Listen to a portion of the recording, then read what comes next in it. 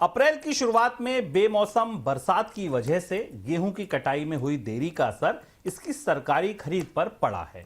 कटाई में देरी की वजह से मंडियों में गेहूं की आवक कम हुई, जिस वजह से 15 अप्रैल तक सरकारी खरीद पिछले साल के मुकाबले करीब 70% पिछड़ गई है।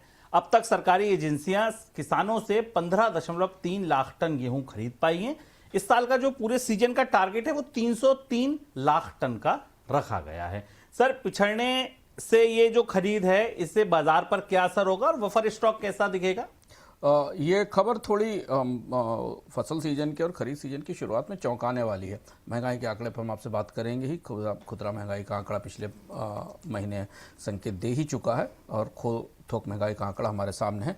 इस बीच में करीब करीब ऐसा माना जा रहा है कि कहीं कहीं 30 से और कहीं कहीं 60% तक क्रॉप का लॉस हुआ है। जो अभी ताज़ा बारिश हुई है पंजाब में, खासतौर पर माना जा रहा है पंजाब और कई हिस्सों में जो हेल स्टॉर्म हुए हैं, बारिश हुई, उसके कारण ये नुकसान हुआ है। दूसरा ये कि ऐसे सीजन में खेत में गेहूँ भीगता है खलिहान में और वो बेचने लायक नहीं रहता। ये बड़ा ट्विस्ट है, बड़ा सरप्राइज ट्विस्ट है भारत की रबी की कहानी में, क्योंकि माना जा रहा था कि इस बार बुआई बहुत अच्छी है, रिकॉर्ड फूड ग्रेन प्रोडक्शन होगा, बाजार में कीमतें दबी हुई थी। अचानक इस बाद में हुई बारिश ने चीज़ें बिगाड़ दी हैं। सरकार के सामने 2-3 अब इस समय तो बड़ी चुनौतियां दिखती हैं कि एक तो सेंट्रल पूल का जो स्टॉक है उस पर अब दबाव रहेगा।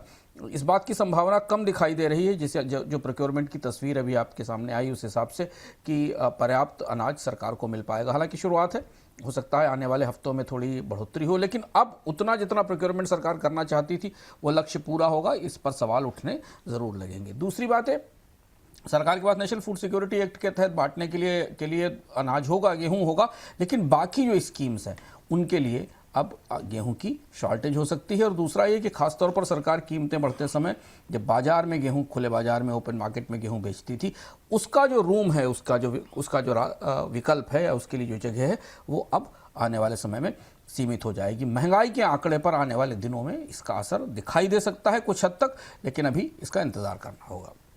ईरान युद्ध की वजह से कच्चे तेल की कीमतों में बढ़ोतरी का असर मार्च के थोक महंगाई आंकड़ों पर पड़ा है।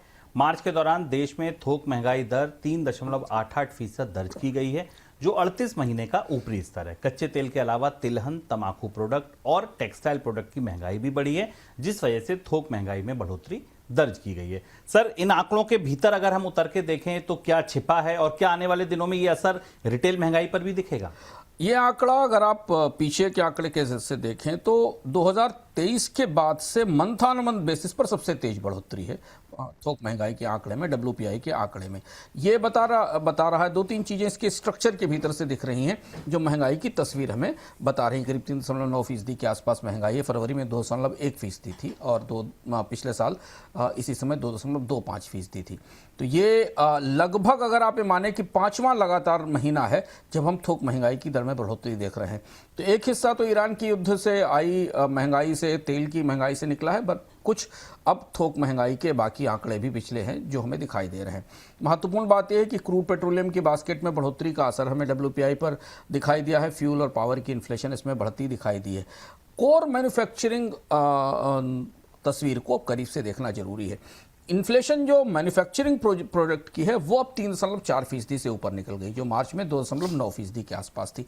यानी अब यहाँ से खुदरा सामानों में महंगाई का पासान होना शुरू हो जाएगा। यानी आने वाले दिनों में जब आपको CPI का आंकड़ा दिखाई देगा तो उसमें ये महंगाई ट्रैवल करती हुई खुदरा महंगाई तक पहुंच जाएगी, जो WPI सबसे बड़ा इशारा देता है। फूड और होलसेल का जो डाइवर्जेंस है वो भी हमें इसमें यहाँ दिखाई दे रहा है। फूड की इन्फ्लेशन WPI में कम हुई है, लेकिन जो बाकी महंगाई है वो बढ़ी है। इसलिए आने वाले दिनों में आपको तमाम उपभोक्ता सामानों की, FMCG उत्पादों की कीमतें बढ़ती दिखाई देंगी।